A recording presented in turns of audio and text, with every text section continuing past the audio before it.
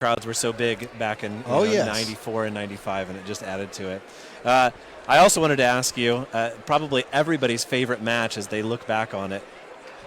Tell us what you remember about Chad Redd versus Nick Lee. It really was a special match that almost everybody that was there still remembers vividly. And I remember you did a great job. And that almost the whole match, everybody in the entire arena was on their feet. That was one of those matches that I really didn't have to do much for.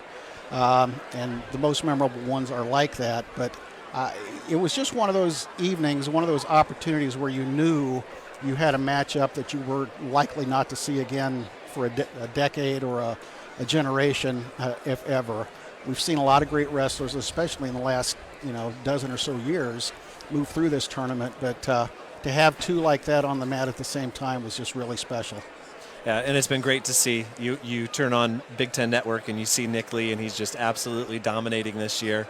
And it's fun to watch Chad Redd anytime that he wrestles. He's always active and a lot of fun. And that's one that will be hard to be replicated for a long, long time here at Bankers Live. Actually, a crawl on Big Ten Wrestling this week that said that the co-wrestlers of the week were Lee and Mason Paris. Yeah, Indiana boys definitely have had some success. So that's one of the questions I'm going to say for Coach Gable when he comes in about Indiana wrestlers and getting a fair shake in the big time, I guess. Well, Kevin, thank you so much for joining us, and we really appreciate it, and we're really looking forward to this week and everything that you bring to the atmosphere as we look over at the crowd, and there's thousands of people in the lobby waiting to get in an hour and a half before wrestling starts, and just the start of a great weekend. I see a crowd like this, and I know that I'm going to have an easy weekend because bouncing off a crowd like this is pretty easy. Well, thank you very much. Thank you, guys. Thanks for taking the time to show up. And with that, I'm going to turn the microphone over to A.J. Calver, who's got a couple of ads he's going to read for us here before we send it back to studio. And as A.J. joins us back in here, A.J., this is a level of markets of Bankers Life we've never seen before. No, you're right, Rex. Normally we're down in the bowels, down below everyone, but a lot of people here waiting in line to get in. And as Dane just told us, 30 minutes before they can get in, and an hour and a half before wrestling starts. Hey, we've got some other great sponsors who've hooked up with us for the state finals, help us make this broadcast possible. That's Jesse Heller at Heller's Nursery out in the Twin Cities. Kenny Fisher. Kenny says, mow them down, mow that competition down. We got Cecil Cruz at Standard Auto Sales in Decatur. DeVos, Baker, Ainsworth, and Razzo Law Firm is proud to help support the broadcast, along with Mark and Jason Walters at Walters Plumbing on Washington Street in Decatur. Thank you very much, AJ. And with that, I'm going to send it back to Dave Nathan running the board for us. We'll be back with more wrestling talk right after this. Ready, Nick? Place 6. David, place 6.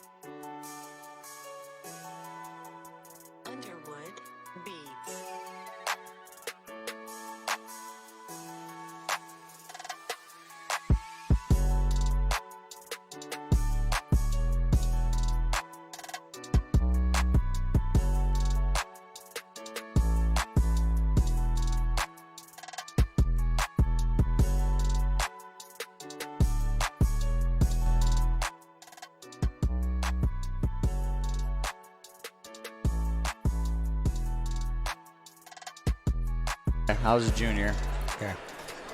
Can you hear us, Nick? You hearing us good?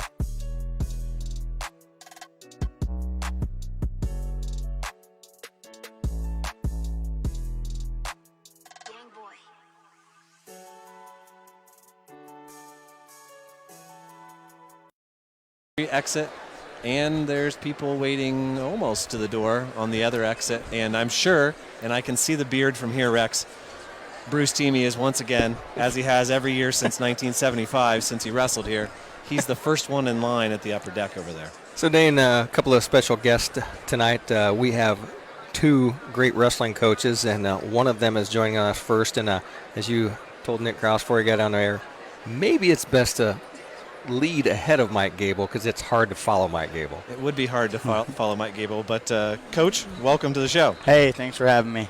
So Coach Krause has 3 wrestlers who are about to weigh in. Those start at what, 4:30? Yep. Is that right? So a wrestler that we've heard a lot of on the radio, in Hayden Brady at 106 pounds, as he's wrestled Ike Rubel now 3 times in the duel, at Team State, and in the semi-state finals.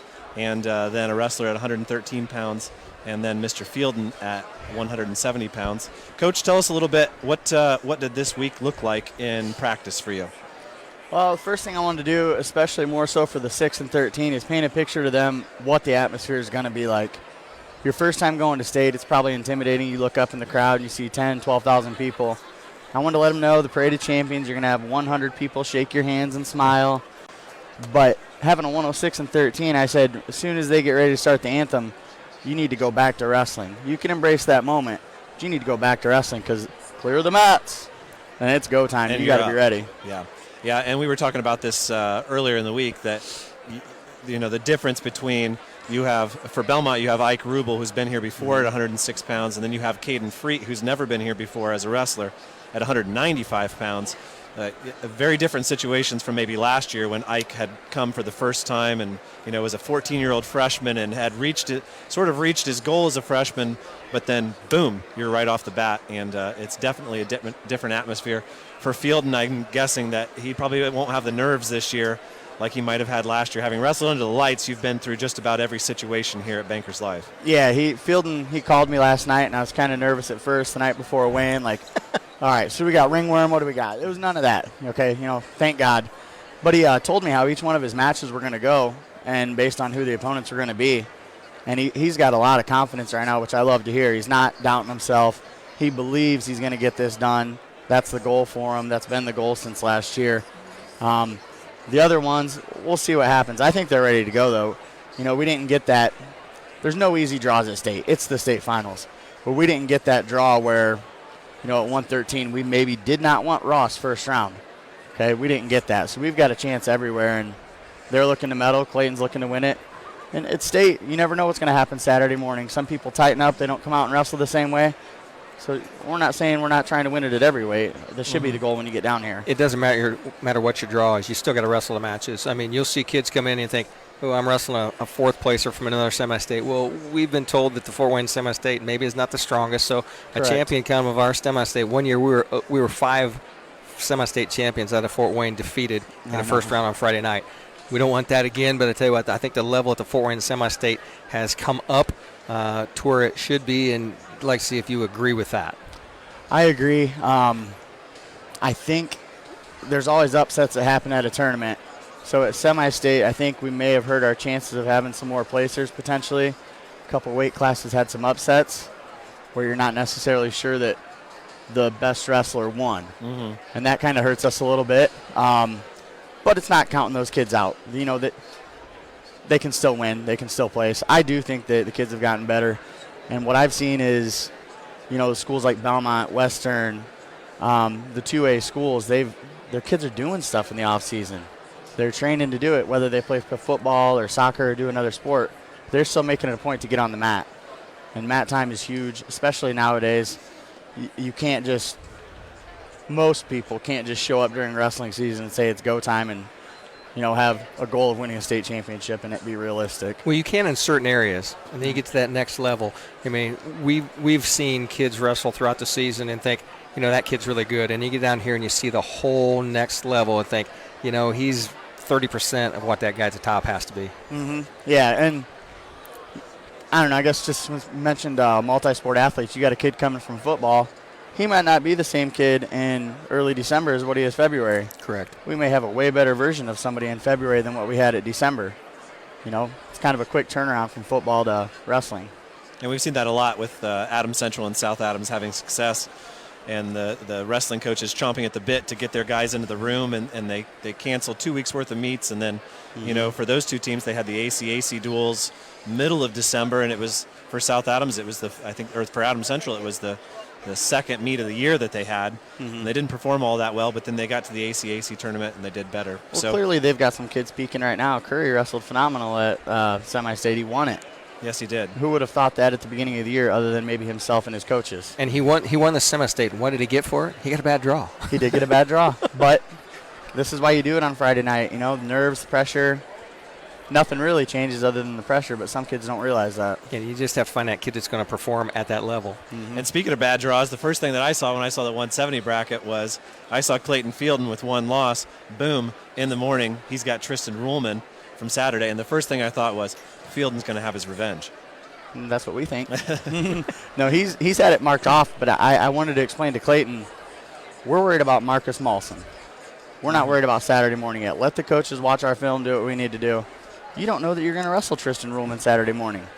Absolutely, So and that's one match at a time. That's the nice thing about having it split into 2 days is you can focus solely on that match that's going to get you that medal. You have a whole night to sleep on it. You have a whole morning, and if you're a heavier weight, you have even an hour or two more to look at it. You have a chance to have your assistant coaches watch the other guy on the other mat.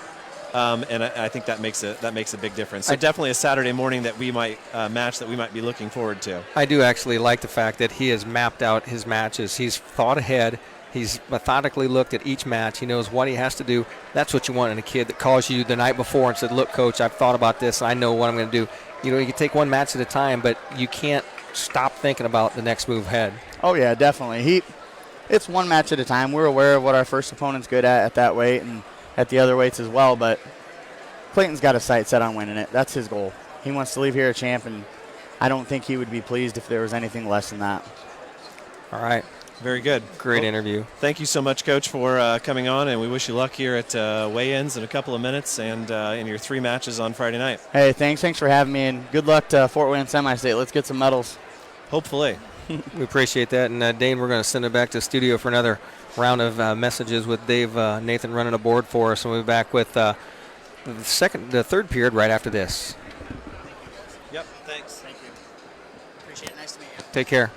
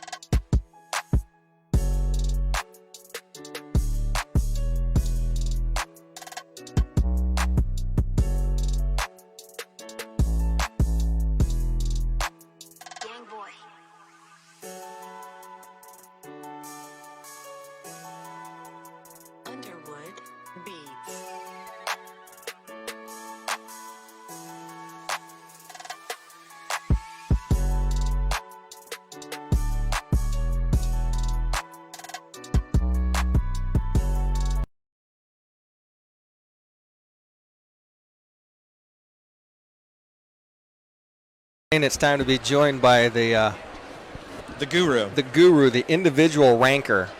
I don't know. Is that a good term to be a ranker? Let's ask him. I'm not sure. There's a different. Is that a good thing to be considered a ranker, Mike? Are you a ranker? I'm a guy that just recognizes what people have done for the rest of the season. That's not the window now. We're joined by Mike Reiser of Indiana Mat. And what's your logo? I forget. What's your tag on Indiana Mat? Oh, On the Rise 219. I thought that was a clever one. You when know, we started up. we used to be 219, Yeah? and then we broke apart. Now we're 260. We used to all be one. Yeah. Well, We're not anymore. Nick, what are you, Nick? 574. 574. He's south. It's not nearly as cool as He's 219. as it is. I never knew what that was. I actually grew up in Illinois, and then when we came out here, when I was like, yeah, 219, region 219. And I was like, I don't even know what that is. And then they're like, your phone number, man. I was like, oh, okay. So different, a little bit different, but yep. So I used it in my tag. It was pretty cool. I liked it. So, Mike, tell us what you're looking forward to the most tonight. You know, as a ranker, you always want to do a good job, and obviously you do the team stuff. You want to do a good job, but as a fan of the sport, I love the upset. There's going to be something tonight that was totally unexpected, maybe something that wasn't in the rankings, making that deep run, and I think that's the most exciting thing for me because, first and foremost, I'm always going to be a fan of the sport. So I guess that, and then obviously everyone, Walker and Parkinson. That is definitely the match that's circled on everybody's bracket for tonight. Joe Walker missing out on wrestling in his last two matches at semi-state because of an ankle injury. He defaults, does the Danny Williams to fourth place, and draws number 3, McCartney Parkinson from Mater Dei. And not only does it have that 1 versus 3 or 1 versus 2 vibe on Friday night, but it has an impact on the team race. Oh, yeah, huge. And now that we're back to having a team score at the state finals, I think that sort of adds to it. And I thought it was kind of funny today. There's so much, as I scroll through my Twitter feed, I tweeted out earlier, I saw Mater Dei tweeting out McCartney Parkinson, and at the same time, the Mishawaka tweet came out wishing Joe Walker good luck, and they were back-to-back on my feed. That's awesome. And I think a lot of people are going to stick around before they head out on Friday night to go out into town. They're going to stick around for that one for sure. Yeah, I actually, when I had lunch today, I seen the McCartney Parkinson's dad, and, you know, I just told him congratulations. Obviously, they came here to win a state championship. They didn't come here to be in the semifinals. You know, obviously, it's a guy they knew they were going to have to beat at some point. Probably not Friday night, but you got to beat them all if you want to win it. I'm also looking forward to that 126 David Pearson, Jace Alexander. I think those are guys. I think we said that on the Guerrilla Radio this past week. Those are guys that like to score points, and those are my favorite type of wrestlers, the guys that are going to go out there and put it on the line, and that one could be fireworks. And we've got another one that we're going to be calling on WZBD at 126 pounds. Landon Birch, with just one loss on the year, draws number 2 Ben Dalton on Friday night, and definitely a tough match for Landon. Yeah, I mean, Landon's wrestling well, though. I thought he wrestled well. Moving up to 26, I thought that was a risky move, but it ended up working out for him. Obviously, he's at the state finals. Benny Dalton he won a real tough one to get here. That Gavin Allstott, Ben Dalton match in the ticket round, that's no joke. That was 3rd and 4th place last year. Potentially the toughest ticket round match that we saw throughout the state at any weight. Oh, yeah. I mean, for us, but I'm sure all those guys would say their ticket round was the toughest. No, I know that people talk about rankings, and they say, well, it just doesn't mean anything. Tonight, it makes a difference of who wins a match. Like you said, you want to know that your rankings are good and that you haven't just been blowing smoke all winter long. But I tell you what, the kids have to wrestle, and this is when you see the upsets. And maybe you see a kid that he's peaked and he's ready to go, and somebody that's coming in you had ranked higher. Maybe got a little injured last week in a tough match, and it's like all bets are off tonight. Oh, yeah. I think, and this was my best year. We locked the rankings before the state tournament. I think we ended up getting 80% or right around 80%, which, you know, not barring injuries. Obviously, there was injuries in the tournament. There was guys that didn't make weight. There was guys, you know, and that doesn't take in. I think the semi-state round is one of the toughest rounds based on just the randomness of it because there's no more, you know, you're getting a 1 and 4 you know, you're seated at the sectional, 1 and 4 at the regional. There's 1 and 4 tonight, but at the semi-state level, it's kind of a crapshoot where you're not going to have. If you're a 2, it doesn't matter. You could draw the best number 1, and you could be the 3rd best kid in the weight. So, and I think it's one of those things too that you have to remember. The rankings are based off the information that you have, and just because someone upsets someone else doesn't mean that your rankings were wrong. And we've been through that with seeding the state tournament before, where number 4 beats number 1, and you're like, oh, your seating was wrong. It's like, well, Right. no, it wasn't. 1 had Yeah. a common opponent over 4, so there was no way to rank them anything Right. but number 1. If you got a guy who's undefeated and he's beaten 2 and 3, you have to rank him number 1, even if you think, well, by the time we get to the state finals, I think number two could probably get him. There's a certain element of you have to go based off of results, And- not your own. And there's some more weight to that too, because we have other semi-state rankers. I ranked the East Chicago semi-state, but we have Howie Cotty, he does Newcastle, Caleb Spires does Fort Wayne, and Triple B, Dustin Bentz does Evansville. So the information those guys are giving me also is weighing that. I'm not gonna. I mean, I would love to say I get around the state and I'm going down to see a Madison, Jeffersonville duel, and you get those guys with records. I'm not. I had to rely on those guys to relay that stuff at me, and so then when we don't have those guys ranked, I blame them. Exactly. Andreas Larios, that's on me. Hammond Clark, that's in my neck of the woods. I missed that one. Did you say you had 80% of the state qualifiers ranked in your? Yeah, I believe Somewhere that's around what Joe was saying. That was the highest one we've had since we've been doing the site. We've always locked it before the state tournament, and I think that's pretty exciting. It is, and what Indiana Mat has added to the wrestling scene is pretty crazy in the last 10 years, and the amount of information that 75% of the people walking into this arena know so much more than they did 10 years ago. Oh, yeah. And just from anything from video, from information to names, the name recognition, and sort of the cult celebrity status that a lot of these wrestlers have now, a lot of that can be contributed to the message board and what Indiana Mat has brought to wrestling. Mike, we talked earlier in the season on Dana and I's show when you and Joe came in and were our special guests. We talked about how the ranking systems work. Maybe touch on that a little bit, because it's just not you sitting there thinking, well, this kid's better. But with Mat.com now, with all these schedule have been uploaded, and you can see this kid wrestled this kid, and then each kid has his profile. It makes it a little bit easier that Joe has electronically allowed you to do what you need to do. Right, and ranking now is probably way easier than it was 25 years ago. One, we have way more coaches that are very open and telling me honest opinions. They're not saying, well, I'm going to have my guy get slapped on, because someone's going to tell me eventually. But we have track wrestling. We use that platform. I'm able to see results from the summer. And the guys that are wrestling the summer, a lot of that translates. The freshman, sophomore state will be coming up. A lot of that's going to translate. Your old state results. We have guys, obviously, if you're a state medalist, you're not going to come in ranked 16 unless you had a terrible summer and you're moving 10 weights. But even then, it's rare. But through the season, we have coaches uploading results all the time. You can go on the page, and there's kids with 20 results. Joe just published the article, Who Your Losses To.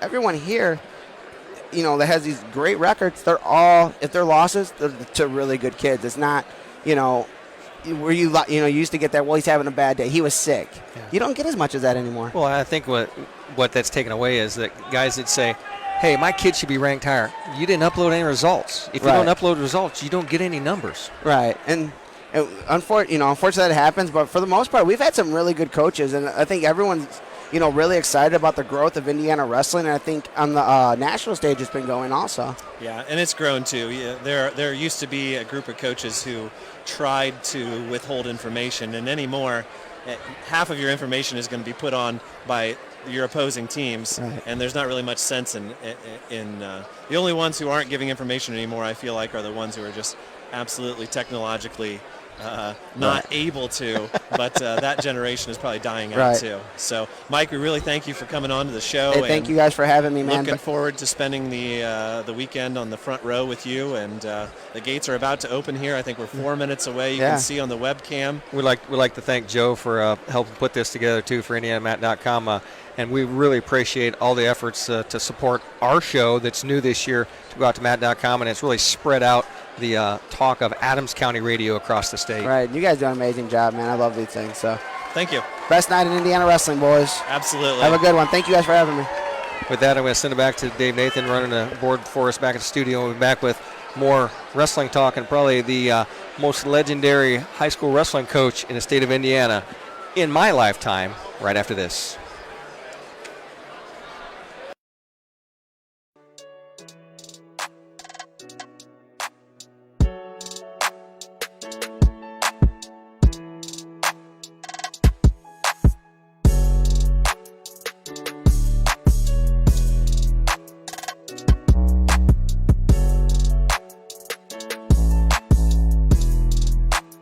Gang Boy.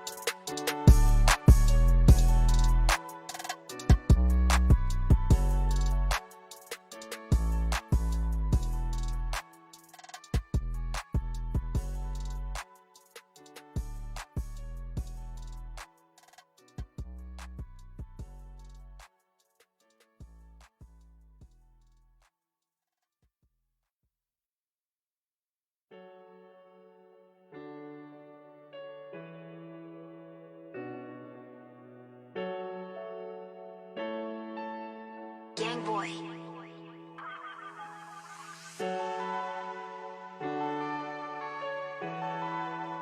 Underwood Beats.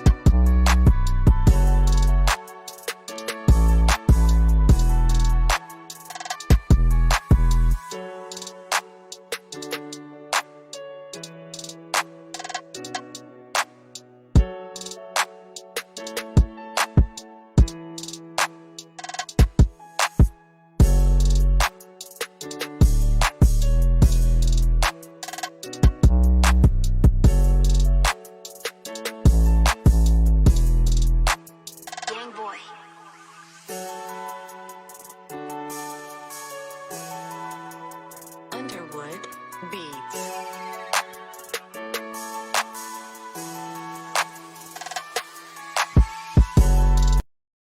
Build such a stoic program that you've built over the past umpteen years? Well, I'll tell you, I'll be honest, we've looked at, for so many years, we came up and left empty-handed. We kind of studied Don Patton at Delta and the stranglehold he had. We were fortunate in '86, but here comes Belmont the next 2 years, and we tried to mimic a lot of what Belmont does. And I think, I know that maybe some people from Belmont don't think too highly of us in the South, and particularly me, but honestly, that rivalry, when we had the team state and when we had the Indiana's best, those matches came down to the wire, and they were tremendously competitive. You couldn't make a mistake or you would pay greatly for it, but the crowds were so good. And our crowd fed off the Belmont crowd, Belmont fed off of us, and I think while we competed, there wasn't much love lost anywhere in that gym, but I think there's genuine respect, and that's what it's all about. I think one of those things that we lost when the team state went away for a few years is I refereed the team state 3 times down at Center Grove High School, and when Belmont and Modern Day were there in round number 1, as a referee, you could not hear. One of my years I worked with Greg Moe, who I've worked with a lot with, and we're at a mat, and if you didn't have that communication, you were going blind because you could not hear anything. The kids couldn't hear whistle. You're touching them and stopping because the crowd packed into that place. It was just electrifying. It truly was, and I I thought we had the best of both worlds. We had the team state the way it was back then, the dual meet, and also, what a great atmosphere here. And the state of Indiana, I think, has done a great job as far as bringing this tournament along so far. I still remember my very first state champion was in Southport High School, and then we went to Market Square, and of course that was the very first state champion was the eventual also coach for Belmont in Coach Farrote, and that started the way. And now we're here at Bankers Fieldhouse. We got more places. And I think the state has just gotten a little better as time has gone on. I think tonight we're going to count the points scored, so that's pretty important, I believe. We're going to take it one step farther because when they moved to this venue, and it's Conseco Fieldhouse, a Belmont wrestler was the first state champion crowned here, John Sheets. So Market Square was the first Belmont. I remember John Sheets. Okay, and he was the first champion crowned here at Conseco Fieldhouse back in the day. 20 years ago. 20 years ago. It's been 20 years now since John Sheets won 103 pounds in 2000, and I remember it vividly, and Mater Dei played a hand in that 103-pound bracket that year, I remember. And I'm trying to think, 2000, Belmont lost to Mishawaka in the first round in a tie match and didn't wrestle Mater Dei, but they met Mater Dei a couple of the next years after that. So, and you were talking about the respect between the two programs. I think that's really grown in the last 5 years from talking to people with the way the sport has changed, with the biggest schools drawing from their surrounding areas. Places like Crown Point and Brownsburg and other places like that. You've really heard a lot of Belmont people. It's kind of funny to hear. You hear Belmont people talking, boy, I really hope Mater Dei wins this weekend. And I can't tell you. That's really good news with these ears. I can't tell you how many people I've talked to in the last week who've said, well, I really hope that Mater Dei wins this week, and because there's that mutual respect between the two programs, and that really, I think, it kind of happened sort of as happenstance when you had Greg Schaefer and Tim Myers Exactly. I was going to bring that up. Such good friends, and now the two teams have trained together the last couple of years, and it's kind of funny. And, you know, we've talked about this with Tony Curry at Adams Central, that when Tony was growing up in the mid-'90s and was wrestling, he hated Belmont. He hated everybody from Belmont, and that's just the way it was. But now these Belmont and Adams Central kids, they hang out together, and I think it's just a little bit different attitude amongst high school athletes now than maybe it was 20, 25 years ago. Well, I think there's such a mix now, especially with summer wrestling and things like that. These kids see each other quite a bit out of the regular season, but then they understand, they know each other so well. There aren't any secrets anymore in high school wrestling. He's got track wrestling last week, and Mark with track wrestling, I think, does a phenomenal job. How far this state has come as far as getting information immediately. Indiana Matt, I don't think that there's a better publication anywhere as far as getting information, putting the rankings down, and I mean, it's all up to the minute, so it's very good. We had Joe on our show earlier in the season. I asked him, said, you know, I don't look at other states' wrestling web pages. I said, how does ours compare? And he said, ours is the best by far. He said, people from all over the nation call me and say, how can I make my wrestling website better? And they're the elite wrestling website in the country. So, Coach, as everybody files in here, they're still waiting. Now, I know from my years of experience of being in the front of the line, you had to pick the usher who looked like the most adept at scanning your barcode. So you were always searching for who that was. But I do have a question for you. Now, when we switched to Bankers Life, which was Conseco back then, Belmont fans are guilty of this, and I'm sure Mater Dei fans are too. Once you go to a gym for the first time, when you come back the next year, you sit in the same section. Oh, yeah. And Belmont has been sitting in the same section at Mishawaka for the Al Smith for 35 years. And here at Bankers Life, we sit in section 5-6. How did Mater Dei end up in their little corner going all the way up? Well, I'm glad you asked, Dane, because that was really not by choice, but it's typical of the Mater Dei Belmont, I think, competition. When we got here for the weigh-ins, of course, we just had our wrestlers who were going to weigh in, so we got a section, we put our bags down. I said, well, guys, we got to get something locked out because there's no separation between crowd and wrestlers.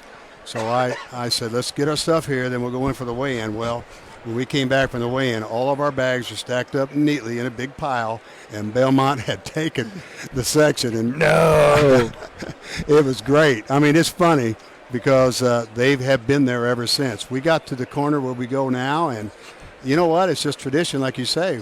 But I don't blame Belmont one bit for taking that area. It's first come, first served, but there's no one sitting there, so it's hard to claim an area. I have a great memory from, I don't know, probably 10 years ago. My wife and I went out for lunch after the morning session, and we came back in, and we ended up intermingled in maybe the third level with some Mater Dei families. And I don't know, I think it was an Eagly kid who probably wrestled here in the state finals the last couple of years. And he was probably 7 or 8 years old, and he was leafing through the state program, and he got to the end, and he said, Dad, Blake won state? Well, he had known Blake Maurer from just being Blake Maurer. He didn't know that he was a 4-time state champion. I think that says a lot about the culture that Mater Dei has. And, we laugh all the time.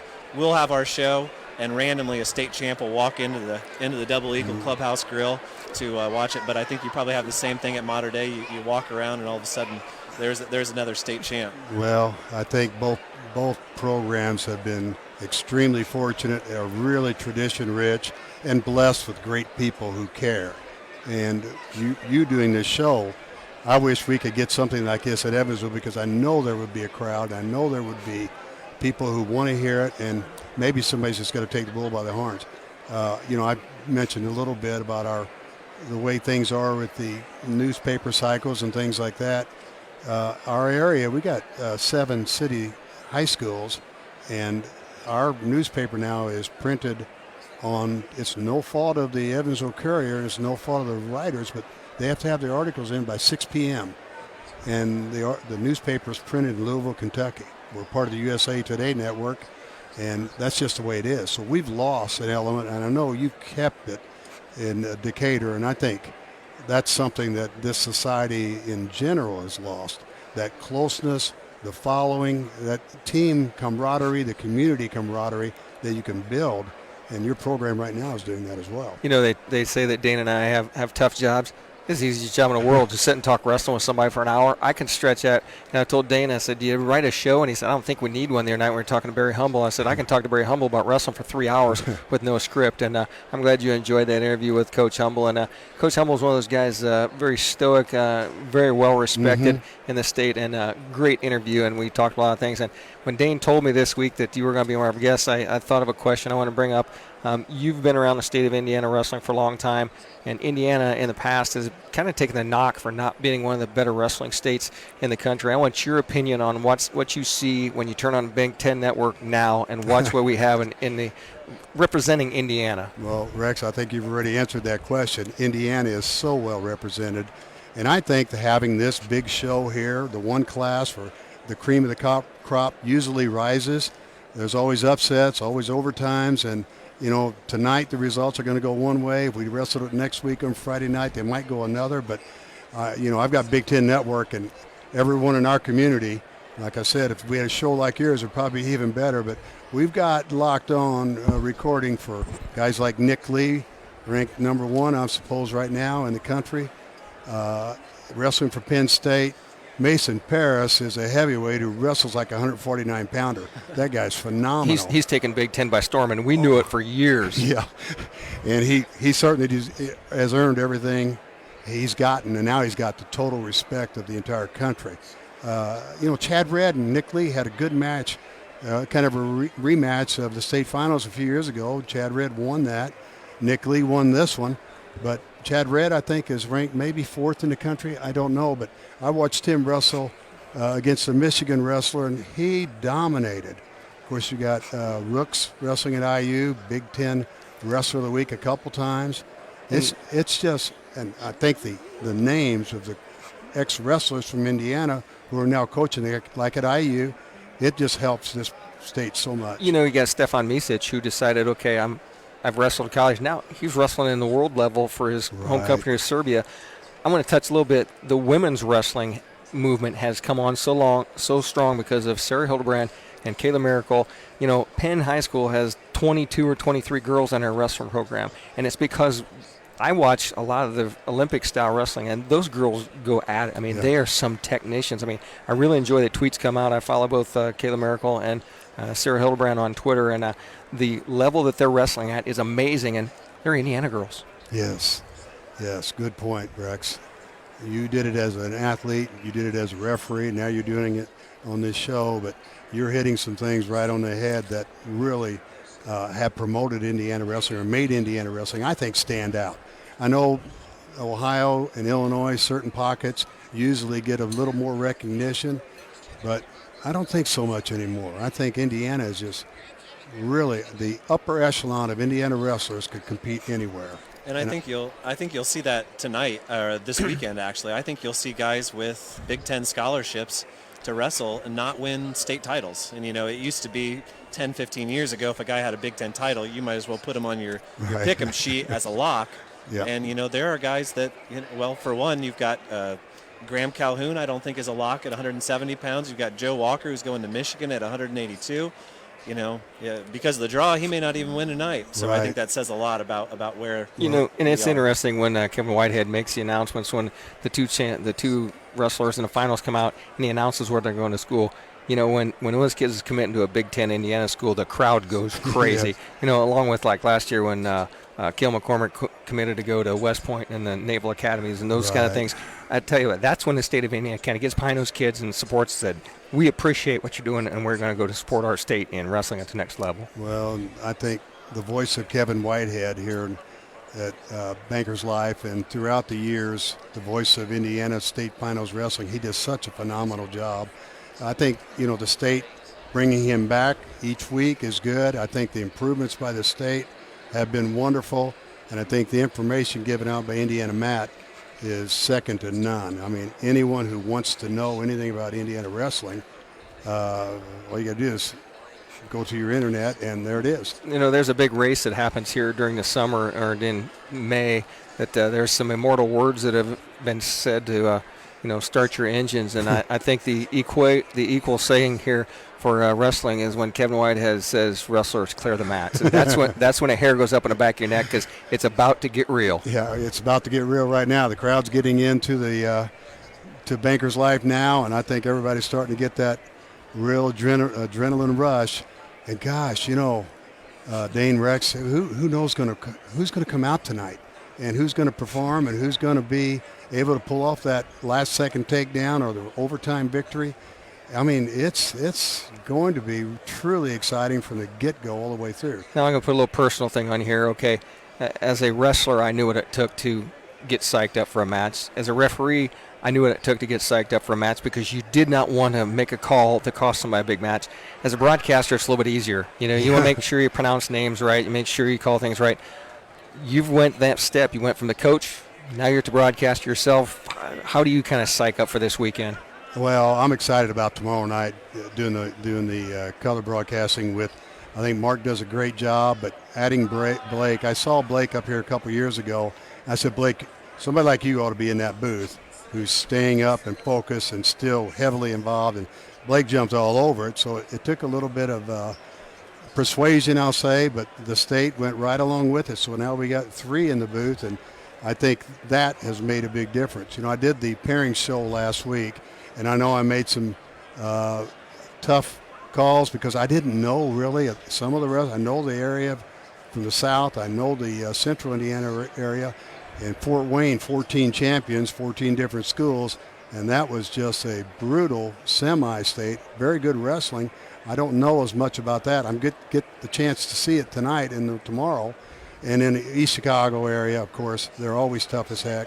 Al Smith tournament, always tough. But to do justice, I had some people say, well, why didn't you make a statement about, I don't like to, in a pairing show, as a coach and a wrestler, I'm sure, you want to see who you match up with. You don't want to hear some guy talk about it. Yeah. And you get through it as quick as you can. The tournament draw itself comes out right before we get there. Yeah. And we don't have much time to piece it together. The draw is excitement. Your commentary doesn't need to be there. No. We could say a couple things and go on.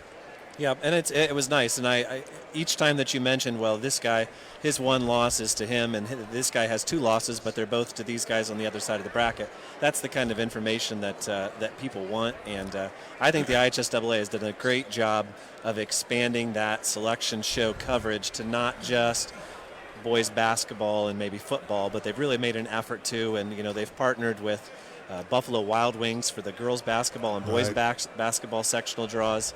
And wrestling is unique in that it's not that start from sectional tournament, but I thought you did a great job. Well, I appreciate that. I know there's room for improvement there, and I know that firsthand. But Shanahan does a great job producing. I like Greg Rexstraw. I think he has got a great voice and a good feel, very good feel. But as far as trying to get that piece together real quickly and try to come up with, it's not the time to analyze. Mm-hmm. Now's when people can analyze, and during the weekend. But 224 wrestlers made it, 20 are ranked, and how can anyone make that prediction when the draw first comes out? I don't like to get in that kind of situation. Now that our show goes out on a podcast, I tune in and listen to a podcast a little bit. My kids gave me a hard time. You listen to your own podcast? Well, that's how I decide what I need to do better. The first show, was not real smooth. The 11th show was pretty smooth, but it all comes down to I cleared my throat too much. I didn't talk this way. We didn't. But I tell you what, I like to give thanks out to Dane, because I tell Dane, hey, what are we doing this week? And it's all done. It's all laid out. Tells me how many minutes I talk about this, and so I got the easy job. Dane does all the hard stuff. So I think sometimes too, and you talk about maybe criticism. Sometimes we as hardcore wrestling fans, we want the most in-depth coverage. We want the analysis. We want the terminology. The show also has to appeal, and so does the broadcast tomorrow night. It has to appeal to the casual fan. Yes. You have to explain to the casual fan that a takedown's worth 2 points. Right. And if the diehard wrestling fan doesn't like that, well, you have to appeal to everybody that's listening, not just the people who think they know everything. I do think that's going to grow the spectator version of it, and the crowd that comes here on the weekend is just phenomenal. But I do think, you learn from your mistakes, and as in anything else, you try to get better. But the state has done that. They've gone from the bracketing, the numbers. You don't know who you're going to get until a certain time, and then it's printed out. But now, I wish they would start to show earlier, I'll be honest, because I think wrestlers deserve to find out who they wrestle a little bit earlier in the day. But it's still a presentation that is equal for every wrestler who's competing, and I think they've taken some major steps, and they are making this a sport that gets the same type of respect as the other sports. Funny, Greg Rickshaw asked, or Heath did, you think there's any groups of wrestlers together right now for the show at Buffalo Wild Wings or someplace? I said, no, they might be in a sauna, but they're probably not at Buffalo Wild Wings. You know, Mike Dane talked about making your show appeal to everybody, and I think we've done a good job of that. I've got a good friend of mine, I have to give a shout out to this Keegan Bruner, is a friend of mine that he was a football player, and he listens to my podcast. He's a salesman on the road all the time, and he listens to the podcast. He goes, I don't know jack about wrestling, but I love the show because I've learned so much. And he said it's just a good, easy thing to listen to. Right. And you guys, you roll it. It's good. And your information and what you do, Dane, I guess you're in charge of getting the advertising and all that. But well, some of that's AJ too. Well, you really come up with some great support in that regard. To the casual listener, to the serious listener, they can pick up a lot of everything that goes on in your area, but you're to be commended. I think what you've done, and every pocket of the state ought to have a show like this one. And like always, we always reach out and we thank our station owner because the idea was out there and he got behind it, and he's really appreciates the show that we've been able to put on, and it's been well received. And it doesn't take much to get advertisers. We said, hey, if somebody wants to advertise for next week's stuff, just send a thing to AJ and we call him text. Next thing you know, he's got 15 people that want to promote it. So a town the size of yours in Evansville, you should be able to pull this off. Well, you know what? You got the wheels turning right now, so I think we might have a future here. Well, we really appreciate you coming on, Mike, and being part of our show. And this is the first time for us to do this show, and I can see that this is not going to be the last. Well, good. I think it's only going to go one way, and that's up, and it's already up there. But I do appreciate you letting me come on, especially being from Evansville, Mater Dei, coming into the Belmont neighborhood. But like I said, there's nothing but genuine respect.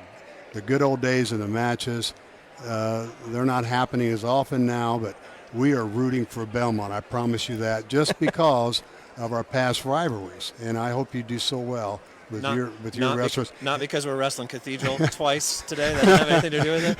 No, that's why I haven't even looked at the pairings, I promise. That's why he's got his bread buttered on both sides. Well, once again, we're going to put AJ back on here and do some messages. But once again, we really like to thank you for coming on, Mike, and we'll look forward to the state finals tomorrow night where you're broadcasting those. Well, thank you very much. With that, we'll give the headset over to AJ. He's got one last round of advertisements to read back off before we get off of our show here. And AJ, why don't you tell us who has really helped support this show today? Brad Weber, attorney at law. Sarah Reimer at Anytime Fitness. Greg and Barb Fleming at Fleming Excavating. Tyler Hershey at Austin Auto Sales. Joe Rubel at Rubel Equipment. Jesse Heller at Heller Nursery. Kenny Fisher at SQ2 Lawn Care. Cecil Cruz at Standard Auto Sales and Rentals. DeVos Baker, Ainsworth, and Razzo Law Firm. Mark and Jason Walters at Walters Plumbing. Todd Rimchisel at Family Ford in Bluffton. Dr. Laura Kugelhahn and her staff at Complete Smile Family Dental Office in Bluffton. Joel Massoff at Decatur Package and Markle Package. Dr. Lori Riggs at Red Barn Veterinary Care, and Rod Williams with Herf Jones Company. Thanks a lot, AJ. And Dean stepped back, having a little conversation with Coach Mike Gable. And AJ, you remember some of the battles back in the day with Mater Dei, and does it surprise you to hear that Mike has kind of, back in the early days, patterned to make his team like Belmont? Well, back in the middle 70s when Belmont was really coming on, Mater Dei was in our rearview mirror. They weren't nearly as good. And then in the late 70s, when we're battling for state titles for 3 years in a row, it wasn't Mater Dei that was beating us. It didn't happen until the 80s. So I'm sure that Mater Dei looked at the success Belmont had in this little tiny pocket up in northeast Indiana and thought, Hey, we can do that too. You know, the city of Evansville is very large compared to our area. So Much larger. the kids that he has to draw from, I think they definitely have a marked advantage over us for the area. But I think we've done very well for what we can have. Well, Rex, having worked at Lures for 15 years, that parochial school, and you can control your middle school and elementary programs and get those kids started in the right way. That's very helpful as far as building a program. You control your own destiny, and if your school corporation and a city the size of Fort Wayne does not choose to support middle school wrestling, you live with your result. Yeah, it's not good. Snyder High School has done a great job. They run their own middle school program, and you can see that. They've got kids down here this year, and I can see that they're wrestling much more in the middle school. Their current staff is working hard to try to bring them back up to the standards that they had years ago. So Dane joins us again, and I think this has been a huge success. I've had lots of texts from friends of ours coming in. We've got the crowd has filtered in. They've opened the floodgates, and they've actually made their way into the arena. So we're going to break down here in a few minutes and go set up and come back on, and we will be back on live with the Walk of Champions at 5:45. Just a short 45 minutes away, but that'll give us time to break down and get set up. And I think we owe a big word of thanks here to Nick Wiesjohn, who has run everything on the Indiana Mat side, and I think adding the webcam onto the lobby really added a lot, and we thank him for that. And now it looks like the line isn't to get in, but the line is to buy tickets. That's a good thing, because they were literally hundreds and hundreds of people in a mad rush to find their seats. So Dane, I don't think it'd be hard to resell this show again next year, do you? I don't think so. It was a big success, and we had a great list of guests. And I have seen so many people from Decatur walk through these Pennsylvania Street doors. I think there's going to be a great crowd cheering on Ike Rubel, and they will stay all the way through Kyle Lawson, through Alex Curry, A.J. Dahl, and all the way to Caden Freet at 195 pounds. And I think we're on mats 2, 3, and 4 throughout the night. And a special treat, the IHSAA. I talked to one of the officials as he led us up here into the loft. They spent $13,000 each on mats 2 and 3, brand new IHSAA logo mats. Really? And for the first time in a long time, we won't have 4 red mats across the middle. So as a photographer, I'm tickled pink that we'll have a little bit different background to take pictures of, but definitely something different for our eyes. So stay tuned and listen to AJ and I tonight. But our season's not over, Dane. We have one more show. We have wrap-up one more show, and wrestling season never ends. We'll talk about the state finals, but we'll also talk about the upcoming freshman-sophomore state championships. Belmont had 2 JV wrestlers show up to the North qualifier last week and do a great job. Austin Christner and Isaiah Smedley, 2 guys that I really peg for varsity lineup guys next year, as everybody on this team that's returning is going to probably move up a weight. 2 guys that I think are really going to be ready to make a difference in the lineup. And I know there are several others who qualified automatically who will be returning there. But I'll tell you one thing, Isaac Rubel does not want to go back. And if he wins tonight as a placer, he's not allowed to go back. And he said that to me this week. Ike says, I don't want to have to go back to freshman sophomore state. I want to win my medal. Just because you won it last year doesn't mean anything. Yeah, I would say that the odds are slim on Ike returning to the freshman sophomore state. We added it up this week. He has pinned everybody that he's wrestled in the state tournament. That's 4 matches at semi-state, 3 matches at regional, and 3 matches at sectional. He's been on the mat for 14 minutes. Total. There was an article in the Indiana Mat about kids who have pinned their way through at state, and they didn't even mention Ike. He wasn't even in the well, I know that Silas Allred from Shenandoah has pinned every opponent this year. It's a pretty good year so far, yeah. And he's headed to Wisconsin. He's a returning state champion. So once again, we're going to break this show down, and we're going to send it back to studio to Steve Rouse running aboard for us. I'd like to thank Steve Rouse for running aboard this second half of our show. I'd like to thank Dave Nason for running aboard. I'd like to thank all of our sponsors that stepped up at the last minute to help bring this show together. I'd like to thank all of our sponsors that bring you wrestling on the radio all season long, and I'd like to thank our station owner, Rob Weaver, for letting us talk wrestling on the radio, because it's a blast. Hey, great job, fellas. Thank you. And I have one update from my wife down in the arena, as all of us were waiting patiently to find out the answer to this question. What is Jim Tante wearing? a blue suede hat with a giant blue feather. Perfect. Nobody pulls it off like Jimmy T. Once again, thanks everybody for tuning in. I'd like to thank IndianaMat.com for supporting us. And stay tuned as Steve Rouse is going to play some news and probably some song singers and bands. And 5:45, we're back on the air. Thanks a lot, everybody.